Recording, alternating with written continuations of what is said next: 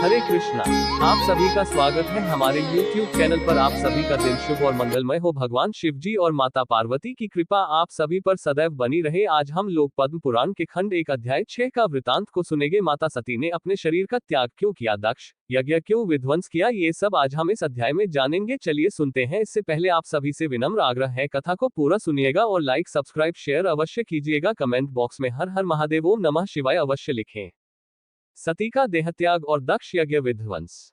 भीष्म जी ने पूछा, ब्राह्मण दक्षकन्या सती तो बड़ी शुभ लक्षणा थी, उन्होंने अपने शरीर का त्याग क्यों किया तथा भगवान रुद्र ने किस कारण से दक्ष के यज्ञ का विध्वंस किया।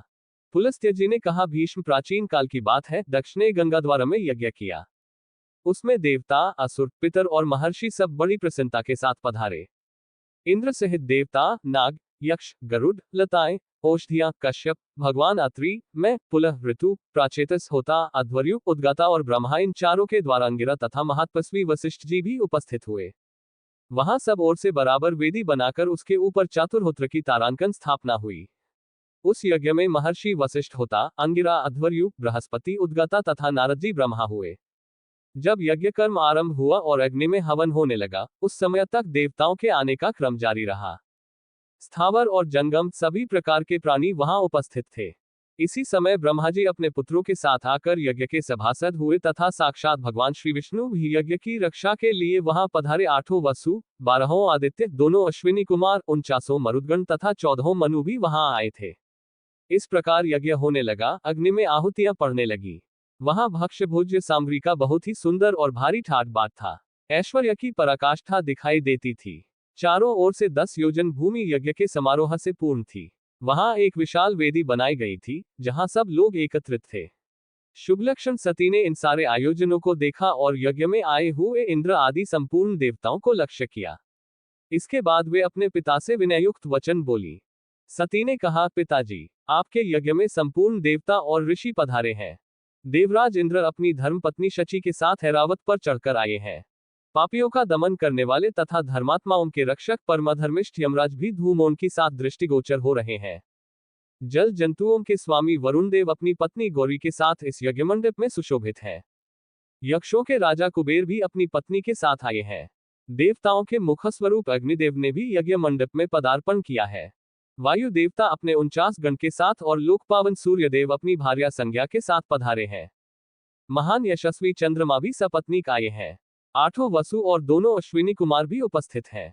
इनके सिवा वृक्ष, वनस्पति, गंधर्व, अप्सराएं, विद्याधर, भूतों के समुदाय, बेताल, यक्ष, राक्षस, भयंकर कर्म करने वाले पिशाच तथा दूसरे प्राणधारी जीव भी यहाँ मौजूद हैं।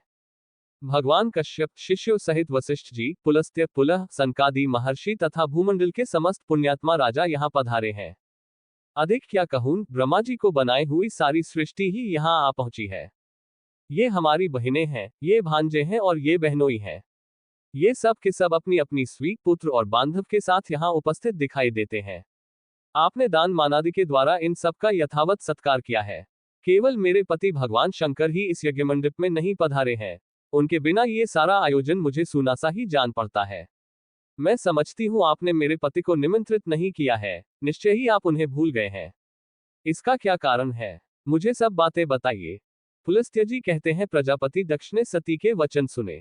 सती उन्हें प्राणों से भी बढ़कर प्रिय थी। उन्होंने पति के स्नेह में डूबी हुई परम सौभाग्यवती पतिव्रता सती को गोद में बिठा लिया और गंभीर होकर कहा, बेटी सुनो, जिस कारण से आज मैंने तुम्हारे पति को निमंत्रित नहीं किया है, वह सब ठीक ठीक बताता है। वे अपने शरीर में राख लपेटे रहते हैं। त्रिशूल और दंड लिए नंग धड़ंग सदा श्मशान भूमि में ही विचरा करते हैं। व्याघ्रचर्म पहनते और हाथी का चमड़ा ओढ़ते हैं। कंधे पर नरमुंडों की माला और हाथ में खटवांग, यही उनके आभूषण है।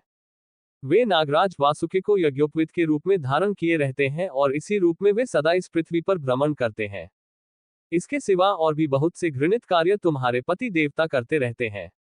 ये सब मेरे लिए बड़ी लज्जा की बात है। भला इन देवताओं के निकट वे उस अभद्र वेश में कैसे बैठ सकते हैं? जैसा उनका वस्त्र है, उसे पहनकर वे इस यज्ञ मंडप में आने योग्य नहीं है। बेटी, इन्हीं दोषों के कारण तथा लोक लज्जा के भय से मैंने उन्हें नहीं बुलाया। जब यज्ञ समाप्त हो जाएगा, तब मैं तुम्हारे पति को ले आऊंगा और त्रिलोकी में सबसे बढ़ चढ़कर उनकी पूजा करूंगा, साथ ही तुम्हारा भी यथावत सत्कार करूंगा। अतः इसके लिए तुम्हें खेद या क्रोध नहीं करना चाहिए। भीष्म प्रजापति दक्ष के ऐसा कहने पर सती को बड़ा शोक हुआ, उनकी आंखें क्रोध से लाल हो गईं। वे पिता की निंदा करती हुई बोली, तात, भगवान शंकर ही संपूर्ण जगत के स्वामी हैं, वे ही सबसे श्रेष्ठ माने गए हैं। समस्त देवताओं को जो ये उत्तमोत्तम स्थान प्राप्त हुए हैं, ये सब परम बुद्धिमान महादेव जी के ही दिए हुए हैं। भगवान शिव में जितने गुण हैं, उनका पूर्णतया वर्णन करने में ब्रह्मा जी की जिला भी समर्थ नहीं है। वे ही सबके धाता, धारण करने वाले और विधाता, नियामक हैं। वे ही दिशाओं के पालक हैं। भगवान रुद्र के प्रसाद से ही इंद्र को स्वर्ग का आधिपत्य प्राप्त हुआ है। यदि रुद्र में देवत्व है, यदि वे सर्वत्र व्यापक और कल्याण स्वरूप हैं, तो इस सत्य के प्रभाव से शंकर जी आपके यज्ञ का विध्वंस कर डालें। इतना कहकर सती योगस्थ हो गरियो उन्होंने ध्यान लगाया और अपने ही शरीर से प्रकट हुई अग्नि के द्वारा अपने को भस्म कर दिया। उस समय देवता, असुर, नाग, गंधर्व और गुहाक यह क्या कहते ही रह गए, किंतु क्रोध में भरी हुई सती ने गंगा के तट पर अपने देह का त्याग कर दिया। गंगा जी के पश्चिमी तट पर वह स्थान आज भी सोनक तीर्थ के नाम से प्रसिद्ध है।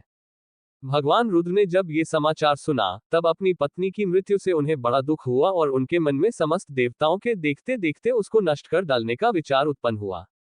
फिर तो उन्होंने दक्ष यज्ञ का विनाश करने के लिए करोड़ों गण को आज्ञा दी। उनमें विनायक संबंधी ग्रह, भूत, प्रेत तथा पिशाच सब थे। डप में पहुंचकर उन्होंने सब देवताओं को परास्त किया और उन्हें भगाकर उस यज्ञ को तहस नहस कर डाला। यज्ञ नष्ट हो जाने से दक्ष का सारा उत्साह जाता रहा। वे उद्योग शून्य होकर देवाधिदेव पिनाकधारी भगवान शिव के पास डरते डरते गए और इस प्रकार बोले, देव, मैं आपके प्रभाव को नहीं जानता था, आप देवताओं के प्रभु और ईश्वर हैं। इस जगत के अधीश्वर भी आप ही हैं, आपने संपूर्ण देवताओं को जीत लिया। महेश्वर, अब मुझ पर कृपा कीजिए और अपने सब गण को लौटाइए। दक्ष प्रजापति ने भगवान शंकर की शरण में जाकर जब इस प्रकार उनकी स्तुति और आराधना की, तब भगवान ने कहा, प्रजापते, मैंने तुम्हें यज्ञ का पूरा फल दे दिया। तुम अपनी संपूर्ण कामना उनकी सिद्धि के लिए यज्ञ का उत्तम फल प्राप्त करोगे। भगवान के ऐसा कहने पर दक्ष ने उन्हें प्रणाम किया और सब गणों के देखते देखते वे अपने निवास स्थान को चले गए। उस समय भगवान शिव अपनी पत्नी के वियोग से गंगा द्वार में ही जाकर रहने लगे।